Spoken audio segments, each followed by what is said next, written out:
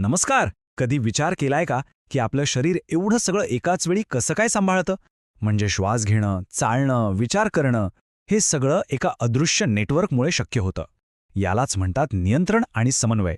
चला, आज आपण याच अद्भुत नेटवर्कची सफर करूया.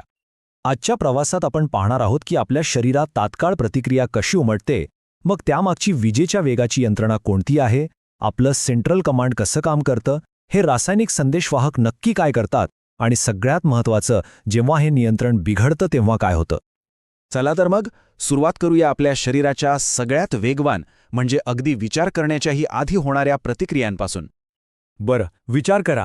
गरम तव्याला हात लागला की आपण विचार करायच्या आधीच हात मागे घेतो. असं का होतं? वेदना तर नंतर जाणवते. याच प्रश्नात उत्तर दडलंय प्रतिक्षिप्त क्रियेचं. चला तर मग बघूया पडद्यामागे नेमकं काय घडतं. तर या सगळ्याची सुरुवात होते उत्तेजनेपासून. म्हणजे काय तर आपल्या आजूबाजूच्या वातावरणात होणारा कोणताही बदल, तो प्रकाश असू शकतो, उष्णता, आवाज किंवा मग साधा स्पर्शसुद्धा. आणि या उत्तेजनेला, या बदलाला आपलं शरीर जी कृती करतं त्याला म्हणतात प्रतिसाद. सोपं आहे नाही का? गरम वस्तूला हात लागला ही झाली उत्तेजना, आणि हात पटकन मागे घेतला हा झाला प्रतिसाद. आणि ही जी काही क्षणात आपोआप होणारी क्रिया आहे ना, तिलाच शास्त्रीय भाषेत प्रतिक्षिप्त क्रिया किंवा रिफ्लेक्स ॲक्शन म्हणतात. ही आपल्या शरीराची एक प्रकारे स्वतःची सुरक्षा यंत्रणा आहे. ती इतकी वेगवान असते कारण संदेश मेंदूपर्यंत पोहोचण्याची वाटच बघत नाही. आता प्रश्न पडतो की हे संदेश इतक्या वेगाने जातात कसे? तर यामागे आहे आपल्या शरीरातील एक जबरदस्त इलेक्ट्रिकल ग्रिड, म्हणजेच आपली चेतासंस्था. आणि या संपूर्ण यंत्रणेचा पाया आहे चेतापेशी म्हणजेच न्यूरॉन.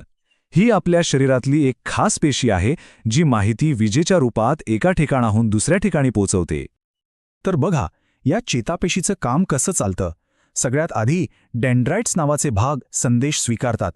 मग पेशिका त्या संदेशाचा अर्थ लावते, आणि मग ॲक्सॉन नावाच्या लांब भागातून तो संदेश विजेच्या वेगाने पुढच्या पेशीकडे ढकलला जातो. पण गंमत अशी आहे की दोन चेतापेशींमध्ये एक अगदी लहानशी फट असते. तिला चेतासंधी किंवा सायनॅप्स म्हणतात.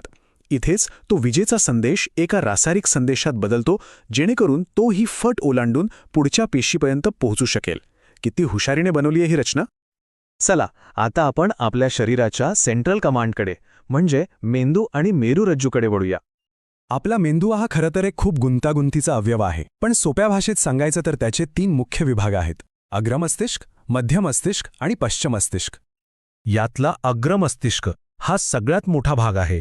आपण जे काही विचार करतो, लक्षात ठेवतो, तर्क लावतो, एवढंच नाही तर आपल्याला लागणारे भूक आणि तहान हे सगळं हाच भाग सांभाळतो.